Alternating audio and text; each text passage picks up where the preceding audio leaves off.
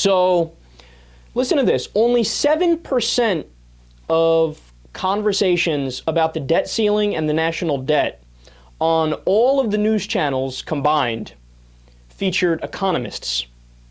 Now, that's an absolutely stunning number to me because when you think about it, what is the media's job really? The media's job is supposed to be to get the facts to you, the American people. Now, in a discussion about the debt ceiling and the national debt and the economy, who better to have present to give their opinions, their expert opinion, than economists? I mean, that's like the number one go-to that you should be doing in a conversation about the debt ceiling and the national debt and the economy. But only 7% of the conversations were featured economists. So, have some more specific numbers here from Media Matters. This is absolutely fascinating. In a total of 273 segments regarding this issue, the issue of the debt ceiling and the national debt, only 4 of the 273 total segments actually mentioned what's called the real drivers of our deficits. And those things are the tax cuts, the Bush tax cuts for the wealthy, and the wars and deregulation. Only 4 of 273 brought up the actual causes of the deficits. You want to know what the number one thing they brought up as a driver of the deficit was? Entitlement spending.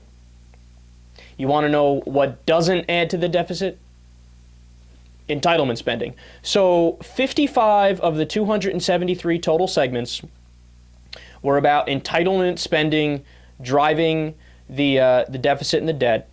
And look, you guys have heard me go over the numbers a trillion times. In fact, I've repeated them so much from reading a sheet of paper, I've actually committed them to memory. I mean, it's just been hammered in my head because the media doesn't give you the facts on entitlement spending. So first and foremost, let me just establish right away, there's a reason why it's called an entitlement, right?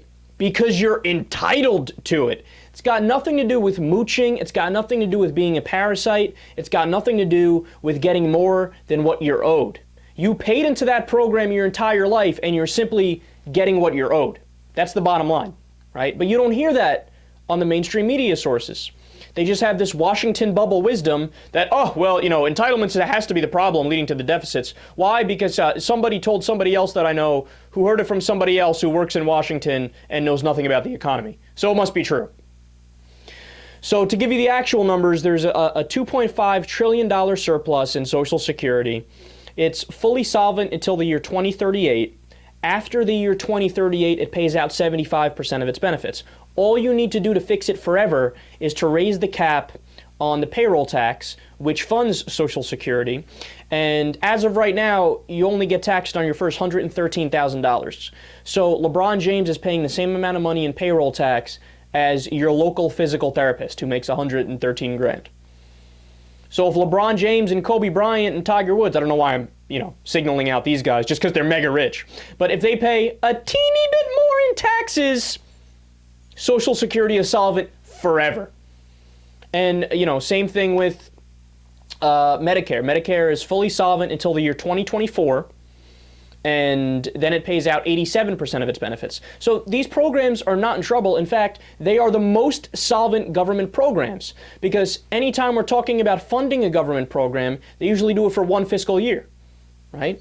Well, these are programs that are funded for Medicare for 10 years, Social Security for much longer. When was the last time you heard a politician say, oh, we got this crisis on our hands that's coming 10 years from now? But that's not a crisis.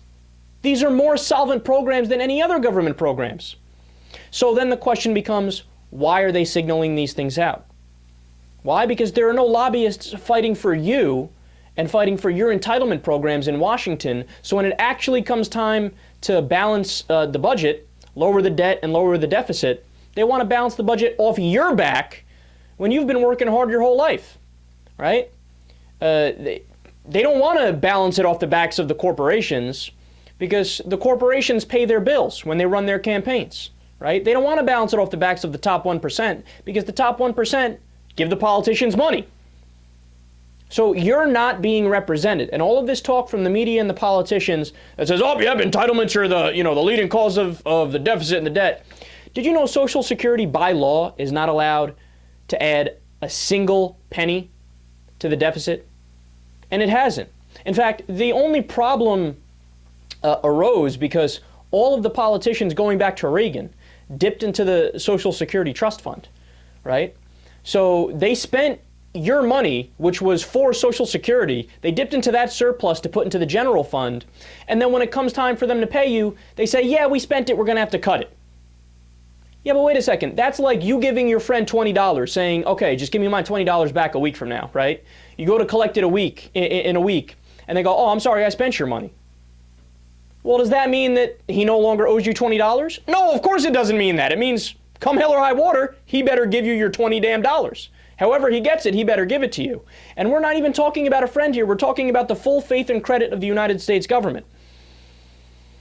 It's amazing how when it comes to paying the debts for places we borrow from, like China, for example, they say, oh, no, we have to be true to our word here. This is the full faith and credit of the United States government. But then when it comes to paying you for the entitlement programs you paid into your entire life, they're like, yeah, well, maybe we'll pay you, or maybe we'll just gut the programs and privatize them and do stuff like that.